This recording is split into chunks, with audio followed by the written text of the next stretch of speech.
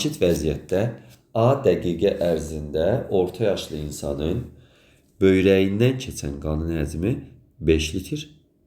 Böyrəyindən dediyi üçün biz bir böyrəyi nəzərdə alıb məsələni həll edəcəyik. Udduğu havanın həcmini soruşur bizdən. Bir dəqiqədə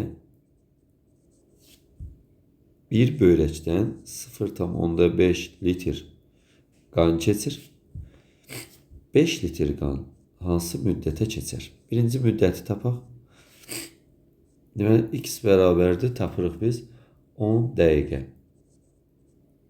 İndi həmin müddət ərzində, yəni 10 dəqiqə ərzində havanın həcmini tapmalıyıq.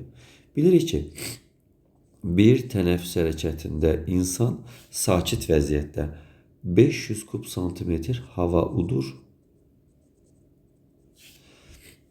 10 dəqiqədə, yəni 10 dəqiqədə 10 vuraq 16 tənəffüs hərəkəti olur bir dəqiqədə.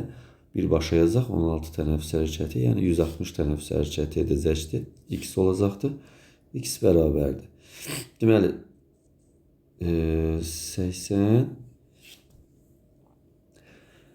16'ya vururuq. 80.000